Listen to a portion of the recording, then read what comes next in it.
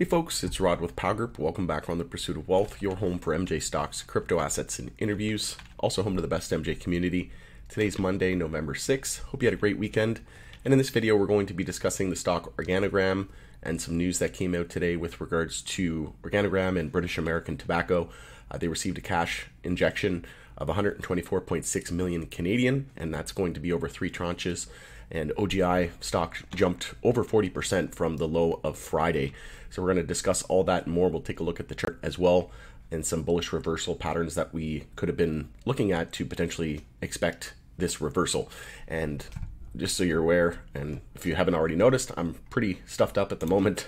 I mentioned last week and during the weekend that I got pretty sick over the weekend. I think it's COVID, but I haven't actually tested it. But yeah, whole body sore, getting all kinds of temperature swings, and just hurts to even sit down or even lay down. So I had COVID a couple of years ago, and it definitely feels the same, but I'll have to get checked out and see, do a test. But it's been brutal. I had that fall, like I said, I wasn't used to the cold weather, and then there was some pretty nasty patch of ice, and ended up going for a spill there and hit my head, so feeling better from that, but then I got COVID, so hopefully be back to my regular self in the next couple of days. But make sure to smash a like, it helps support me in the channel. It doesn't cost you anything. If you're new, you can subscribe, tick the bell, all that good stuff, and you'll be notified on any future videos or whenever I go live. Also, make sure to give us a follow over on X, which is previously Twitter. The handle for that is @GroupPow. Going to be using that as my platform of choice going forward. So again, the handle for that is @GroupPow. Here is the article from today. Organigram announces 124.6 million investment from British American Tobacco in creation of Jupiter, a strategic investment pool. And as you can see, stock jumped over 43% from the low of Friday here, and this morning currently up about 28%. Organigram and BAT deepened partnership through 124.6 million investment with 38.7 million shares to be issued over 3 tranches. And again, this is just a testament to the fact that, Organigram, I've been saying for a while now, it's in my top holdings. I think it was in my top 5, but essentially extremely bullish on this company long term. And if you haven't seen my videos, I do a top 5 MJ holding video.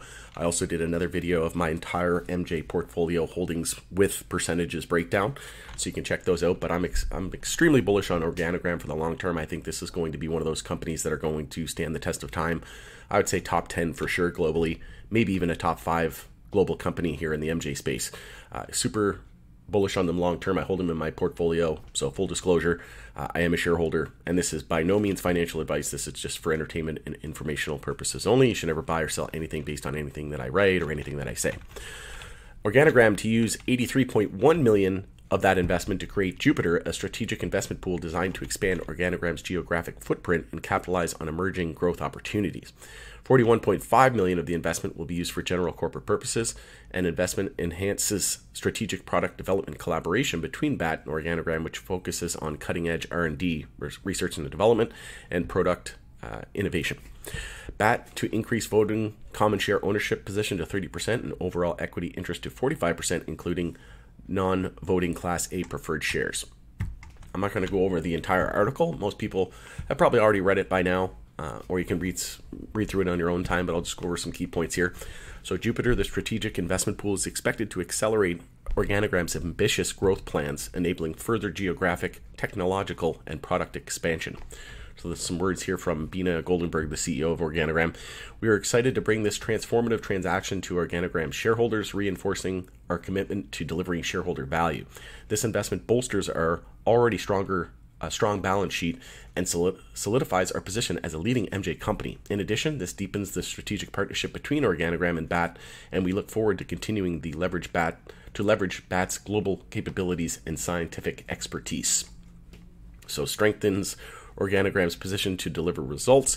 They also mentioned that through this investment, Organigram aims to capitalize on state-of-the-art facilities, support further work streams in R&D and product development, and deliver impactful product launches. As a result of this, Organigram is poised to deliver further market share gains in this rapidly consolidating market, where the company was able to achieve a number 2 position in Canada over the last 2 months. So that was very important point there.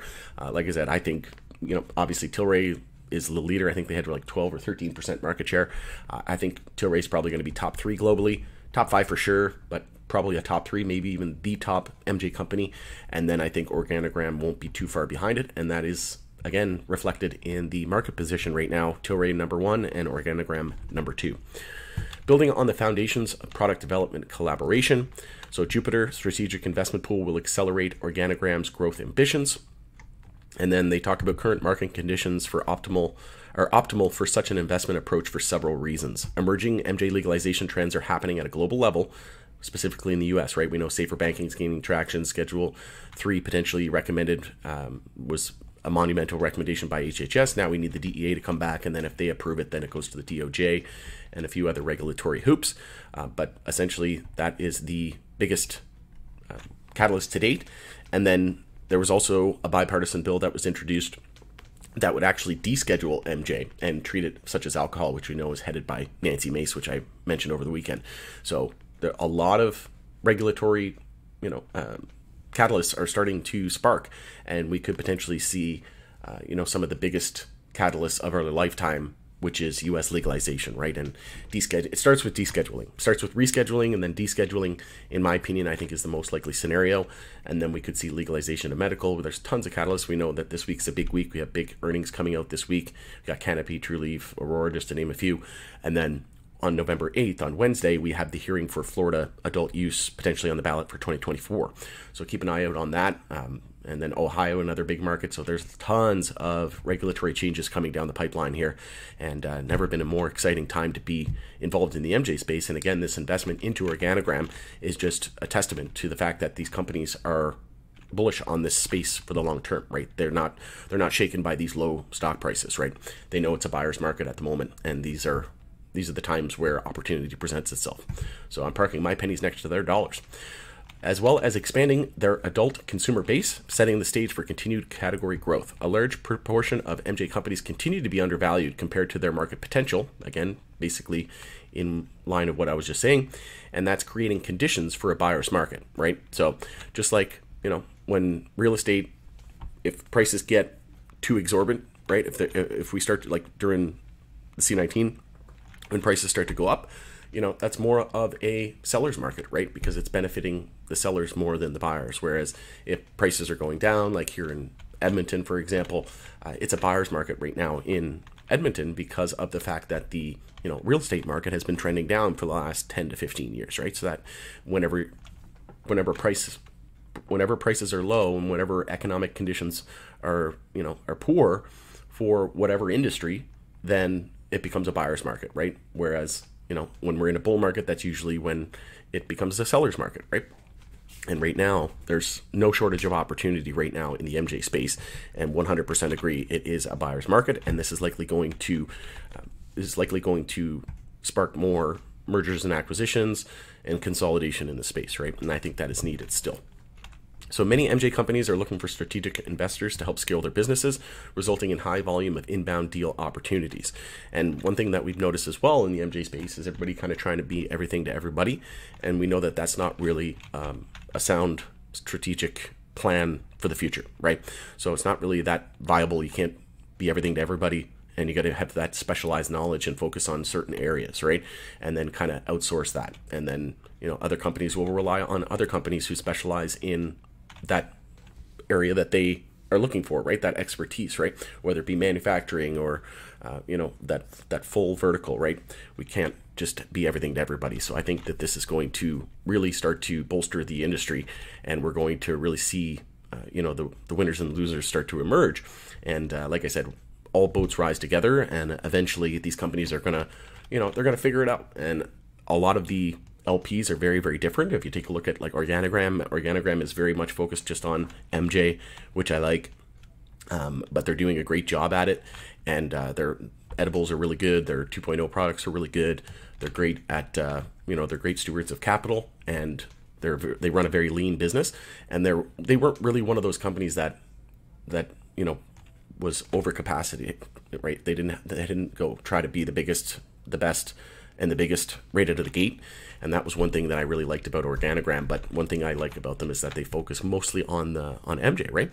And that's the heart of their business. Whereas you get like SNDL, who's into retail and things like that with alcohol and not only alcohol, but MJ retail as well. And then you got like Tilray, who's big into, craft beer and spirits and all these other avenues, right?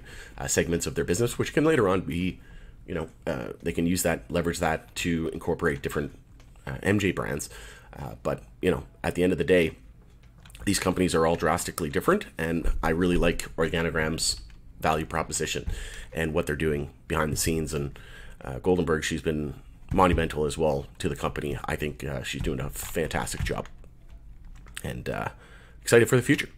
But products arising from the PDC agreement are nearing commercialization, so that's exciting. Initial testing has been very positive, and the investment pool enables Organigram to bring these innovations to market beyond Canada, reaching new adult consumers globally. So again, very exciting times.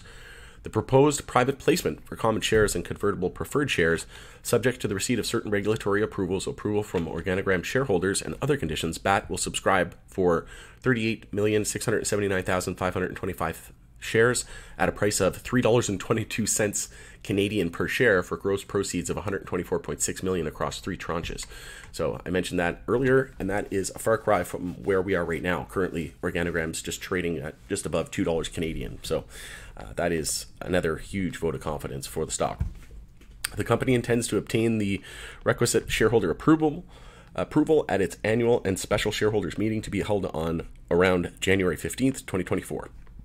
The closing of the first tranche is expected to occur thereafter, subject to the satisfaction of the closing conditions under the subscription agreement entered in between Organigram and BAT, a copy of which will be available on SEDAR. So that's pretty much it. If you want to read the entire thing, you can go through on your own time. But super bullish, excited for the future of OGI, and this should hopefully help lift the space up as well. If we just take a look at some of the gainers on the day today, we did have some names that were up initially, but everything's sort of cooled off. We have BZAM up over 5% at the moment, but yeah, OGI obviously stealing the show here today. Currently up over $1.50. It's at $1.51 US on the NASDAQ. And then in terms of Canadian price, like I said, we're just over $2, so we're sitting at 203, which, like I said, is a far cry away from that deal price. So the fact that we had some bullish RSI divergence as well, so we had some bullish reversal patterns that were forming. We had an inverse head and shoulders here on the daily time frame. So that's indicator number one, that we're more than likely seeing sellers exhaustion, and we're more than likely going to go the other way. And then we also came off daily oversold on the RSI, which usually marks a bottom. And from that high of HHS's recommendation, we were then down over 50%. So you're down 50% with barely any resistance and hitting daily oversold after coming off daily overbought, usually you start to go the other way, right? And then we already had our EMA 12 and 26 bear cross.